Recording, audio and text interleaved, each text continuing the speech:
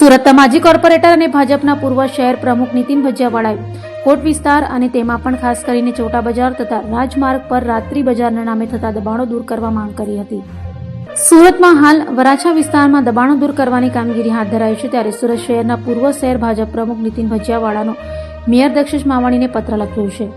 આને જણાવ્યું હતું કે રાજમાર્ગ પર રાત્રિ બજારના નામ પર દબાણોનું મોટું દૂષણ છે, સાથે ચોટા બજારમાં વર્ષો જૂની દબાણની સમસ્યા છે, જે માટે અનેક ફરિયાદો અને રજૂઆતો કર્યા હોવા છતાં આજ દિન સુધી કોઈ નિવેડો આવ્યો નથી।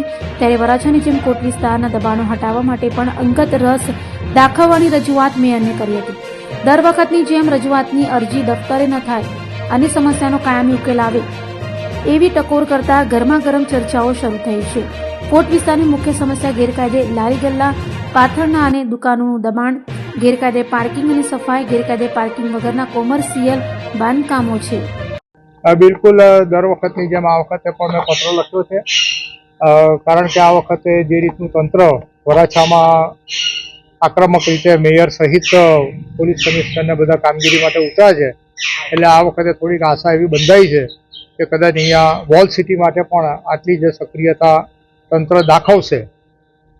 જો દાખવે તો સારી વાત છે, નહીં તો દર વખતની જેમ છેલ્લે ઠંડુ પાણી જો રેડાવવાનું હોય તે દુઃખદ બાબત છે। પાછલા ઘણા વર્ષોથી દબાણ છે ચોટા બજારમાં, તમે અનેકો પત્ર લખ્યા છે, સુધી આ સમસ્યા હલ નથી થઈ, એટલે એ સમસ્યા હલ નથી થઈ એ દુઃખદ બાબત છે, અને આ સમસ્યાને કારણે અહીંયાના મૂળ નિવાસીઓએ અહીંયાથી બીજે સ્થળાંતર કરવું પડે તે પણ શરમજનક બાબત છે।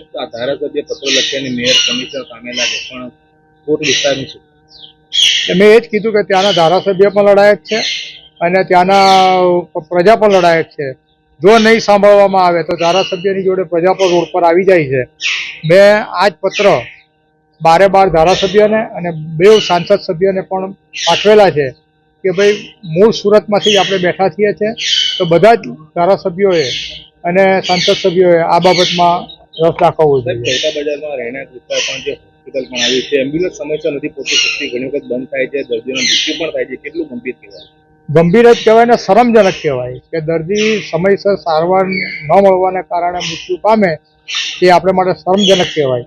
અને તે પણ ગેરકાયદેસર દબાણોને કારણે રસ્તે એમ્બ્યુલન્સ રોકાઈ જાય, કોઈક બીજું કારણ હોય ને એમ્બ્યુલન્સમાં મૃત્યુ થાય તે વસ્તુ અલગ છે, તો એમ્બ્યુલન્સ ચાલી નહીં શકે અને સમયસર દર્દી પહોંચી નહીં શકે તે શરમજનક બાબત। તંત્રને શું કહેશો? તંત્રને કહીએ છીએ કે કંઈક તો જાગો ભાઈ, આ શહેર પ્રત્યે તમારી પર કોઈ ફરજ છે, અમારી ફરજ તો છે જ, અમે તો રજૂઆત જ કરીએ। કાલે મારો કે હું 5-25 જણા લઈને રોડ પર ઉતરી જઈશ તો મારી પર કેસ થશે, તો કાયદો કેમ હાથમાં લીધો?